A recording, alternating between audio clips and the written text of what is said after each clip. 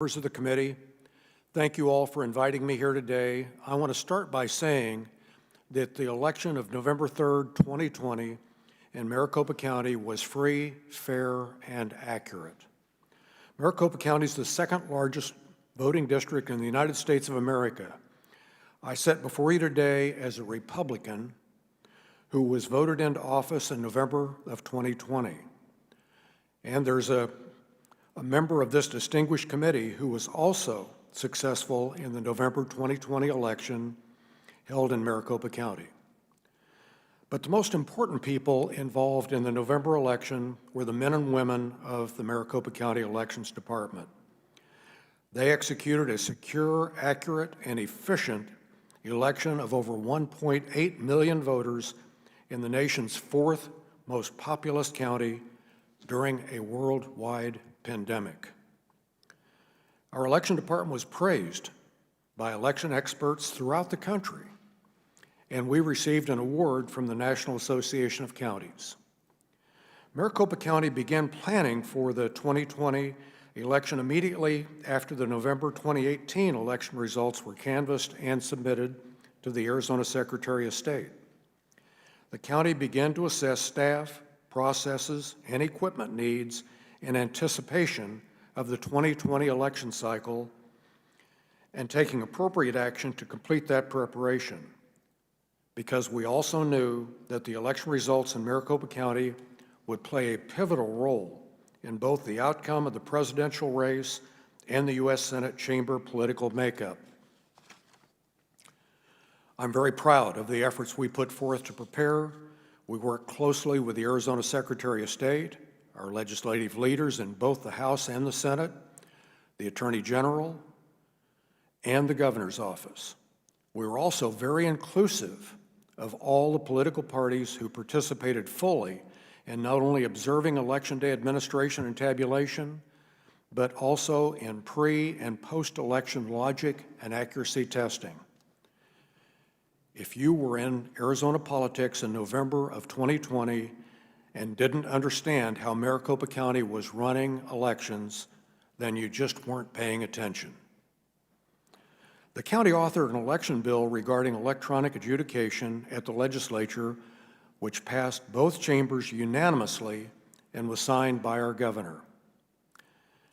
The county invested in a very robust voter education campaign, so if you watched TV, tweeted, Instagrammed, or used YouTube, you saw our media campaign.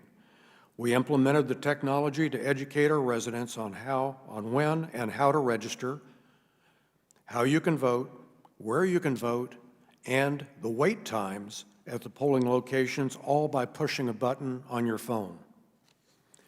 We ran a presidential preference election in February. All participants agreed it was well run and accurate. We ran the primary election in August of 2020. Again, the public, the candidates, and the political parties all agreed the county's election execution was excellent. We ran the 2020 general election in November, and suddenly, what to that point had been a great process was deemed fatally flawed by a small yet loud minority. I dare say, if you're a student of Maricopa County Republican election history, you are not surprised by the results. It was not a flawed election process, not a lack of security. It was a candidate that many Maricopa County Republicans simply did not support. If that lesson is not clear to our state and county Republican leaders, then I'm afraid 2022 will not be favorable to my party. During these last 10 months, I've learned a lot about people. And frankly, I was naive in thinking that I could just sit down with our state Senate leadership and explain the answers to their questions and accusations, and we could put this uncertainty behind us and move on with securing a fruitful future for our residents. But it's become clear that there are those who don't care what the facts are. They just want to gain political power and raise money by fostering mistrust of the greatest power an individual can exercise in the United States, their vote.